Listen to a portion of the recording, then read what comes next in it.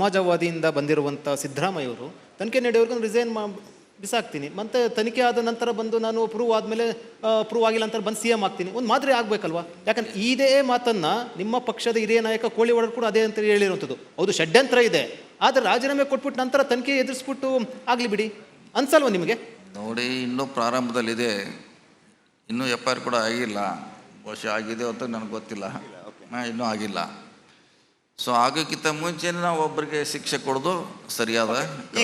ಈಗ ಒಂದು ವೇಳೆ ಆರಂಭದಲ್ಲೇ ಸತೀಶ್ ಜಾರಕಿಹೊಳಿ ಅವರ ಬಳಿ ಸಲಹೆ ಕೇಳಿದ್ದಿದ್ದಾರೆ, ನಾನು ಹೇಳ್ತಿರೋದು 14 ಸೈಟ್ಗಳನ್ನು, ಓಕೆ ನನ್ನ ಮೇಲೆ ಆರೋಪ ಬರ್ತಾ ಇದೆ, ಮೂಡದ ಹಗರಣದ್ದು ಕೂಡ ಭಾಳ ದೊಡ್ಡ ಆರೋಪ ಬರ್ತಾ ಇದೆ, ನಾನು 14 ಸೈಟ್ಗಳನ್ನು ವಾಪಸ್ ಕೊಡ್ತೇನೆ, ಸಮಗ್ರವಾಗಿ ಮೂಡಾದ ಬಗ್ಗೆ ಒಂದು ಲೋಕಾಯುಕ್ತ ತನಿಖೆಯನ್ನು ಮಾಡ್ತೇನೆ ಅಂತ ಹೇಳಿದ್ದಿದ್ರೆ ಇಷ್ಟೆಲ್ಲ ಮುಜುಗರಗಳಿಂದ ತಪ್ಪಿಸ್ಕೊಳ್ಬೋದಾಯ್ತಾ? ನಿಮ್ಮ ಸಲಹೆ ಆ ರೀತಿ ಇರ್ತಿತ್ತಾ ಅಂತ? ಸೊ ಆವಾಗ ನಾವೇ ಎತ್ತಿದ್ದೀವಿ ಅಥವಾ ನೀವು ಅನ್ಬೋದು. ಸೊ ಅವ್ರು ತಪ್ಪು ಮಾಡಿದರೆ ವಾಪಸ್ ಕೊಟ್ಟಿದ್ದಾರೆ ಅಂತ ಶುರು ಆಗ್ತಿತ್ತು, ಅದಕ್ಕೊಂದು ವ್ಯಾಖ್ಯಾನ ಸ್ಟಾರ್ಟ್ ಆಗ್ತಿತ್ತು. ತಪ್ಪು ಮಾಡಿದರೆ ಅದಕ್ಕೆ ಕೊಟ್ಟರು, ಇಲ್ಲ ಕೊಡ್ತಿದ್ರಿಲ್ಲ ಅಂತ ಮತ್ತೆ ಅದಕ್ಕೊಂದು ರೀತಿಯಿಂದ ಬಣ್ಣ ಬರುವಂಥ ಪ್ರಯತ್ನ ಆಗ್ತಿತ್ತು. ಓಕೆ, ಸೊ ರಾಜೀನಾಮೆ ಪ್ರಶ್ನೆ ಇಲ್ಲ ಆಗಿದ್ರೆ? ಇಲ್ಲ, ಪ್ರಶ್ನೆ ಇಲ್ಲ. ಅದು ಸಾಬೀತಾಗಬೇಕು. ಅದು ಯಾವಾಗ ಲೋಕಾಯುಕ್ತ ಕನ್ವಿನ್ಸ್ ಆಗ್ತದೆ ಆವಾಗ ಈ ಮಾತಿಗೆ ಚರ್ಚೆ ಅವಶ್ಯಕ. ನಿಮಗೆ ಭಾಳ ಆಶ್ಚರ್ಯ ಆಗಿದೆ ಏನು ಗೊತ್ತಾ ಸರ್? ಈಗ DK ಶಿವಕುಮಾರ್ ಅವರು ಬಂದು ಹೋದರು, ಮುಂದಿನ ಮುಖ್ಯಮಂತ್ರಿ ತಾನು ಅನ್ನುವಂಥ ರೀತಿಯಲ್ಲಿ ಬಿಂಬಿತವಾಗ್ತಾ ಇತ್ತು, ಬೇರೆ ಬೇರೆ MLAಗಳು ಕೂಡ ಹೇಳ್ತಾ ಇದ್ರು. ಆದರೆ ಯಾವಾಗ ಸಿದ್ದರಾಮಯ್ಯನವರ ವಿರುದ್ಧ ಇಂಥ ಗುರುತರ ಆರೋಪಗಳು ಬಂದಾಗ, ಸಾಧಾರಣವಾಗಿ ಎಲ್ಲ ಪಕ್ಷಗಳಲ್ಲಿ ಹೇಗಿರುತ್ತೆ ಅಂದರೆ, ಯಡಿಯೂರಪ್ಪನವರ ಕಾಲಾವಧಿಯಲ್ಲೂ ಕೂಡ ಅವರ ಮೇಲೆ ಆರೋಪಗಳು ಬಂದಾಗ ಅನಂತಕುಮಾರ್ ಅವರು ರೆಡಿಯಾಗಿದ್ದರು, ಯಾರು ಈಶ್ವರಪ್ಪನವರು ರೆಡಿಯಾಗಿದ್ದರು, ಡೈರೆಕ್ಟ್ಲಿ ನಾನೇ ಮುಖ್ಯಮಂತ್ರಿ ಅನ್ನೋಂಥ ರೀತಿಯಲ್ಲಿ ಅವರು ಲಾಬಿಗಳಾಗ್ತಾ ಇತ್ತು. ಬಟ್ ಏನು ನೀವು ಕೂಡ ಹೇಳ್ತಾ ಇದ್ರಿ, 5 DCM ಬೇಕು ಅಥವಾ ಇವರೇ ಮುಖ್ಯಮಂತ್ರಿಗಳಾಗಬೇಕು, ಸಿದ್ದರಾಮಯ್ಯವ್ರನ್ನ ಕೆಳಗಿಳಿಸಬಾರ್ದು, ಭಾಳ ದೊಡ್ಡ ಟಾರ್ಗೆಟ್ ಇದ್ದದ್ದು ನಿಮಗೂ ಕೂಡ ಒಂದು ರೀತಿಯಲ್ಲಿ DK ಅವರ ಬಗ್ಗೆ ಇತ್ತು. ಆದರೆ DK ಅವರೇ ಭಾಳ ಬಲವಾಗಿ, ನಿಮಗಿಂತಲೂ ಜಾಸ್ತಿ ಬಲವಾಗಿ ನಿಂತ್ಕೊಂಡ್ಬಿಟ್ರು ಆ ಸಂದರ್ಭದಲ್ಲಿ. ಅದು ಏನು ರಾಜಕೀಯ ಅದು?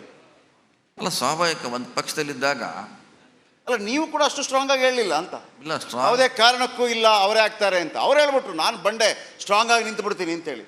ನನಗೇನು ಅನಿಸ್ಬಿಡ್ತು ಅಂದರೆ, ಸತೀಶ್ ಜಾರಕಿಹೊಳಿ ಅವ್ರಿಗಿಂತ ಓವರ್ಟೇಕ್ ಮಾಡ್ಕೊಂಡ್ಬಿಟ್ರು DK ಶಿವಕುಮಾರ್ ಅಂತ. ಇಲ್ಲ, ಬಂಡೆ ಅಂದರೆ ಬಂಡೆ, ದೊಡ್ಡ ಬಂಡೆ ಇರ್ಬೋದು, ಚಿಕ್ಕದು ಇರ್ಬೋದು, ಇರ್ಬೋದು, ಎಲ್ಲ ಬಂಡೆನ. ಅದೇನು ಪ್ರಶ್ನೆ? ನೀವೇ ಬಂಡೆ? ಎಲ್ಲ ಬಂಡೆನ. ಸ್ಮಾಲ್ ಸೈಜ್ ಇರ್ಬೋದು, ಅವ್ರಿಗೆ ಬಿಗ್ ಸೈಜ್ ಇದ್ದಾರೆ ಅಷ್ಟೇ. ಎಲ್ಲ ಬಂಡೆನ, ಅದೇನು ಪ್ರಶ್ನೆ ಇಲ್ಲ. ಓಕೆ, ಒಂದು ಜೆನ್ಯೂನ್ ಪ್ರಶ್ನೆಗೆ ಬರ್ತೀನಿ ಸರ್. ನಿಮ್ಮ ನಾನು ಸಮುದಾಯದ ರೀತಿಯಲ್ಲಿ ಗುರುತಿಸೋದಿಲ್ಲ, ಆದರೆ ನೀವು ಸಮುದಾಯದಿಂದ ಬಂದ ಕಾರಣಕ್ಕಾಗಿ ನಾನು ಪ್ರಶ್ನೆಯನ್ನು ಕೇಳಬೇಕಾಗತ್ತೆ. ST ಸಮುದಾಯದಿಂದ ಬಂದಿದ್ದೀರಿ, 36 SC MLAಗಳಿದ್ದಾರೆ, 16 ST MLAಗಳಿದ್ದಾರೆ ಕರ್ನಾಟಕದಲ್ಲಿ. ವಾಲ್ಮೀಕಿ ನಿಗಮ ಹಗರಣ ಬಂದಾಗ ಆ ಸಮಾಜಕ್ಕೆ ಸೇರಿದವರು ಕೂಡ ನೀವು.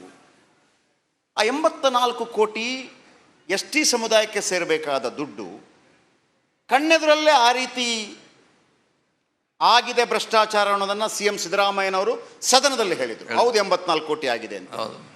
ಒಬ್ಬ ಸಮುದಾಯದ ನಾಯಕರಾಗಿ ನಿಮ್ಮ ಧ್ವನಿಯೇ ಇಲ್ಲ. ನಾನು ಹೇಳಿದ್ದೀನಿ, ತಪ್ಪು ಮಾಡಿದವರಿಗೆ ಶಿಕ್ಷೆ ಆಗಲೇಬೇಕಂತ ನಾನು ಕೂಡ ಮುಂಚೆನೇ ಹೇಳಿದ್ದೆ. ಅದೊಂದು ಪಾಸಿಂಗ್ ಕಮೆಂಟ್ ಅಲ್ವಾ ಸತೀಶ್ ಜಾರಕಿಹೊಳಿ ಅವರೇ?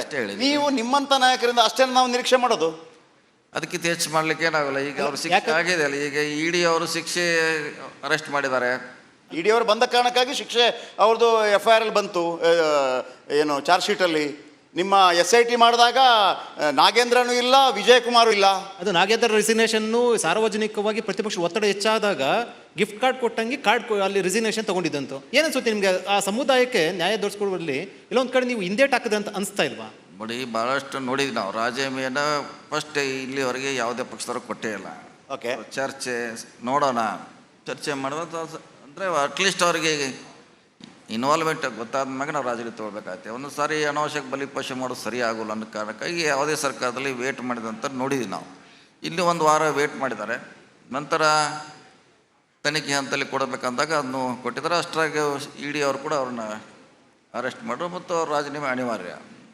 ನಮಗೆ ಭಾಳ ಕುತೂಹಲ ಆಗಿದ್ದು, ಆಶ್ಚರ್ಯ ಆಗಿದ್ದು ಏನಪ್ಪ ಅಂತಂದರೆ, ಸಿದ್ದರಾಮಯ್ಯನವರಂಥ ರಾಜಕಾರಣಿ ತಮ್ಮ ಮಂತ್ರಿಮಂಡಲದಲ್ಲಿ ಯಾರೋ ಒಬ್ಬ ತಪ್ಪು ಮಾಡಿದ್ದಾನೆ, ಭ್ರಷ್ಟಾಚಾರದ ಆರೋಪದಲ್ಲಿ ಅವರ ಮೇಲೆ ಆರೋಪ ಬಂದಿದೆ ಅಂತ ಹೇಳುವಾಗ ಆತ ರಾಜೀನಾಮೆ ಕೊಡುವಂಥ ಸಂದರ್ಭದಲ್ಲಿ ಏನು ಹೇಳ್ಬೋದು?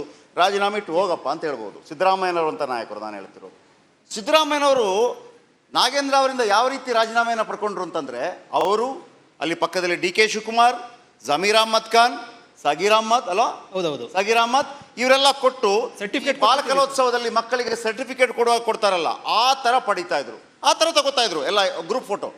ಆಗಲೇ ನಮಗನಿಸಿದ್ದು ಈ ದುಡ್ಡು ಪಾರ್ಟಿ ಫಂಡ್ಗೆ ಬಳಕೆ ಆಗಿದೆ, ರಾಜಕಾರಣಕ್ಕೆ ಬಳಕೆಯಾಗಿದೆ, ಬಳ್ಳಾರಿಗೆ ಬಳಕೆಯಾಗಿದೆ. ಆಮೇಲೆ ಇಡಿ ಕೂಡ ಅದನ್ನೇ ಹೇಳ್ತು. ಅದು ನಿಮ್ಗೆ ಗೊತ್ತಿರಲಿಲ್ವ ಅದು? ನೋಡಿ, ಅದು ಎನ್ಕ್ವೈರಿ ಆಗೋವರೆಗೆ ಈ ದುಡ್ಡು ಇಲ್ಲೇ ಹೋಗಿದೆ ಅಂತ ಯಾರಿಗೂ ಗೊತ್ತಿಲ್ಲ. ಆದರೆ ಮಿಸ್ಯೂಸ್ ಆಗಿದ್ದು ಮಾತ್ರ ಗೊತ್ತಿದೆ ಅಷ್ಟೇ. ಇದು ಹೈದರಾಬಾದಕ್ಕೆ ಹೋಗಿದೆ, ಬೇರೆ ಬೇರೆ ಸೊಸೈಟಿಗೆ ಹೋಗಿದೆ, ಬೇರೆ ಬೇರೆ ಬ್ಯಾಂಕ್ ಹೋಗಿರುತ್ತೆ. ಇಡಿ ತನಿಖೆ ಆದಮೇಲೆ ಅದು ಇದಕ್ಕೆ ಬಳಕೆ ಆಗಿದೆ, ಇಲ್ಲಿ ಹೋಗಿದೆ, ಅಲ್ಲಿಗಿದೆ ಅಂತ, ಲೋನಿಗೆ ಬಳಕೆ ಆಗಿದೆ, ಏನೋ ಪ್ರಾಪರ್ಟಿ ಪರ್ಚೇಸ್ ಮಾಡಿದ ಅನ್ನೋದು ಹೊರಗೆ ಬಂದಿರುವಂಥ ವಿಚಾರ ನಿಜ. ಅಲ್ಲ ಸರ್, ಈಗ ಎಸ್ ಟಿ ಅಂದರೆ ನಿಮ್ಮ ಆ ಸಮುದಾಯದ ಹಣ ದುರ್ಬಳಕೆ ಆದ ಹಿನ್ನೆಲೆಯಲ್ಲಿ ಒಬ್ಬ ಮಂತ್ರಿ ರಾಜೀನಾಮೆ ಕೊಟ್ಟು ಅರೆಸ್ಟ್ ಆಗಿದ್ದಾರೆ. ಪ್ರಾಮಾಣಿಕವಾಗಿ ಹೇಳಿ, ಪಕ್ಷಕ್ಕೆ ಮತ್ತು ಆ ಸಮುದಾಯಕ್ಕೆ ಎಲ್ಲ ಒಂದು ಕಡೆ ಅನ್ಯಾಯ ಜೊತೆಗೆ ಪಕ್ಷಕ್ಕೂ ಸರ್ಕಾರಕ್ಕೂ ಮುಜುಗರ ಆಯಿತು ಅಂತ ಅನಿಸ್ತಾ ಇಲ್ವಾ? ಆಗಿದಿಲ್ಲ, ಖಂಡಿತವಾಗಿ ಆಗಿದೆ. ನಾವು ಹೇಳಿದ್ದೀನಿ, ಈಗಾಗಲೇ ಈ ಸ್ಟೇಟ್ಮೆಂಟನ್ನು ಕೊಟ್ಟಿದ್ದೀನಿ. ನಮಗೆ ಇದರಿಂದ ಮುಜುಗರ ಆಗಿದೆ ಅಂತ 2 ತಿಂಗಳಿಂದ ಹೇಳಿದ್ದೀನಿ. ಇವತ್ತು ಕೂಡ ಅದನ್ನೇ ಹೇಳ್ತೀನಿ. ಈಗ ಬೆಳಗಾವಿಯ ಸಾಹುಕಾರ ಯಾರು ಸರ್? ರಮೇಶ್ ಜಾರಕಿಹೊಳಿನ, ಸತೀಶ್ ಜಾರಕಿಹೊಳಿನ? ಈಗ ಸದ್ಯಕ್ಕೆ ಹೆಸರು ಅಷ್ಟೇ. ಅದು ಸಾಹುಕಾರ ನಮ್ಗಿಂತ ಭಾಳ ದೊಡ್ಡ ಸಾಹುಕಾರ ಇದ್ದಾರೆ. ಅದೊಂದು ನೇಮ್ ಅಷ್ಟೇ. ನೀವು ಬಂಡೆ ಅಂದ್ರೆ ಲಾಂಗ್ ಬಂಡೆ, ಚಿಕ್ಕ ಬಂಡೆ, ದೊಡ್ಡ ಬಂಡೆ, ಹಂಗೆ ಅಷ್ಟೇ. ಅದೊಂದು ಬಂದು ಈಗ ಈ ಕಡೆ ಗೌಡ್ರು ಅಂತಾರೆ, ಕುಲಕರ್ಣಿ ಅಂತಾರೆ, ಸಾಹುಕಾರ ಅಂತಾರೆ, ಅಣ್ಣ ಅಂತಾರೆ, ಆ ಥರ ಬಂದದ್ದು ಅಷ್ಟೇ. ಅದು ಹಂಗೇನು ಶ್ರೀಮಂತಿಕೆ ಇದನ್ನ ತೋರಿಸೋಲ್ಲ ಅದು. ಯಾಕಂದ್ರೆ ಆಯ್ತು, ರಾಜಕೀಯ ಸೋಲು ಗೆಲುವು ಬರೋಣ. ನಿಮ್ಮ ಮಗಳು ಗೆದ್ರು, ಲಕ್ಷ್ಮೀ ಹೆಬ್ಬಾಳ್ಕರ್ ಅವರ ಮಗ ಸೋತ್ರು. ನಾವೇ ಸೋಲಿಸುವಂತ ನಿಮ್ಮ ವಿಚಾರ. ನಾನು ಹೇಳ್ತಾ ಇಲ್ಲ. ಹಾಗಿದ್ರೆ ಪ್ರಬಲರು ನೀವು ಅವರ ಅಂತ. ಗೆದ್ದವರು ಪ್ರಬಲರಲ್ವಾ? ಆಗ ಹೇಳ್ಬೋದ ನೀವು, ಇಲ್ಲ ಲಕ್ಷ್ಮೀ ಹೆಬ್ಬಾಳ್ಕರ್ ಅವ್ರಿಗಿಂತ ನಾನು ಪ್ರಬಲ ಅಂತೇಳಿ? ನೋಡಿ, ಅದು ರಾಜಕಾರಣಿ ಯಾರ ಕೈಯಲ್ಲಿ ಸಿಗದೇ ಇರುವಂಥ ವಸ್ತು. ಅದನ್ನೇ ಆರ್ಟ್. ಅದೊಂದು ರಾಜಕಾರಣಿ ಮಾಡೋದೊಂದು ಆರ್ಟ್ ಇದೆ. ಸೊ ನೀವು ಅದನ್ನು ಹೆಂಗೆ ನೀವು ಹಿಡಿತೀರಾ ಅಥವಾ ಅದನ್ನ ಬಳಸ್ಕೋತೀರಾ, ಸೊ ಹಾಗೆ ನಿಮ್ಗೆ ಒಲಿತೈತೆ. ಸೊ ಅದಕ್ಕೆ ನೀವು ಭಾಳಷ್ಟು ಶ್ರಮ ವಹಿಸಬೇಕು. ಸೊ ರಾಜಕೀಯ ಅಂದರೆ ಅದೊಂದು ವಿಚಿತ್ರವಾದ ಸನ್ನಿವೇಶ. ಯಾವಾಗ ಯಾರ ಕಡೆ ಒಲವು ಆಗ್ತದೆ ಅಂತ ಹೇಳಲಿಕ್ಕಾಗೋಲ್ಲ. ಸೊ ಒಂದೇ ಜಿಲ್ಲೆಯಲ್ಲಿ ಒಬ್ಬರು ಸೋತಿದ್ದಾರೆ, ಒಬ್ಬರು ಗೆದ್ದಿದ್ದಾರೆ ಕಾಂಗ್ರೆಸ್ನಿಂದ. ಸೊ ಭಾಳಷ್ಟು ಜನಕ್ಕೆ ಅನುಮಾನ ಇದೆ ಅದು ಈ ರೀತಿ ಆಗಿರ್ಬೋದಂತ. ಕಾಂಗ್ರೆಸ್ ಪಕ್ಷದ ಲಕ್ಷ್ಮಣ್ ಸವದಿ ಅಲ್ಲಿ ಬೆಳಗಾವಿಯಲ್ಲಿ ನಿಮ್ಮ ಪಾರ್ಟಿಯಲ್ಲಿ ಇರಬೇಕಾ, ಬಿ ಜೆ ಪಿಗೆ ಹೋದರೆ ಬೆಸ್ಟಾ? ನಮ್ಮಲ್ಲಿ ಇದ್ದಾರೆ, ಇರಬೇಕಂತ ಬಯಸ್ತೀವಿ ನಾವು. ಯಾಕಂದರೆ ಇರಬೇಕು, ಅವರು ಒಬ್ರು ಗಟ್ಟಿಯಾಗಿದ್ದಾರೆ. ನಮ್ಮೊಂದು ಸಂಖ್ಯಾಬಲ ಪರ್ಮನೆಂಟಾಗಿ ಇರ್ತೈತೆ. ಅದು ಏನು ಯೂಸ್ ಆಗಿಲ್ಲ ಅಂತ ಸ್ವಲ್ಪ ಏನೋ ಆರೋಪ ಮಾಡಿದ್ರಿ ನೀವು ಅವತ್ತು. ಹೌದು, ಅವ್ರ ಕಾರ್ಯಕರ್ತರು ನಮ್ಮ ವಿರೋಧ ಮಾಡಿದಾರೆ ಅಂತ ನಾನು ಆರೋಪ ಮಾಡಿದ್ದು ನಿಜ. ಅದರಲ್ಲಿ ಪ್ರಶ್ನೆ ಇಲ್ಲ. ಅವರು ಕಾರ್ಯಕರ್ತರು ವಿರೋಧ ಮಾಡಿದ್ದಾರೆ. ಅದಕ್ಕೆ ಪೂರಕವಾಗಿ ಲಕ್ಷ್ಮಣ್ ಸವದಿ ಸಚಿವರಾಗಬೇಕು ಅಂತ ಪಕ್ಷಕ್ಕೆ ಬಂದಿದ್ರು ಅಂತ, ಅಂದರೆ ಸಚಿವರು ಆಗೋ ಸಂಬಂಧಪಟ್ಟಂತ ಕೂಡ ಬಯಕೆಯನ್ನು ವ್ಯಕ್ತಪಡಿಸಿರುವಂಥದ್ದು. ಯಾಕೆ ಲಕ್ಷ್ಮಣ್ ಸವದಿ ಸಚಿವರು ಆಗಬಾರ್ದು? ಸಚಿವರು ಮಾಡೋದು ಬಿಡೋದು CM ಅಧ್ಯಕ್ಷರು ಹೈಕಮಾಂಡ್ ಇದೆ. ಸೊ ಅದನ್ನು ಅವರು ಮಾಡ್ತಾರೆ, ನಾವು ಮಾಡೋಲ್ಲ. ಪಕ್ಷದಲ್ಲಿ ನಡೀತಿರುವಂಥ ಒಂದಷ್ಟು ಬೆಳವಣಿಗೆಗಳು ಗಮನಿಸೋದಾದರೆ ಪಕ್ಷದ ಒಳವರೆಗೂ ಎಲ್ಲವೂ ಕೂಡ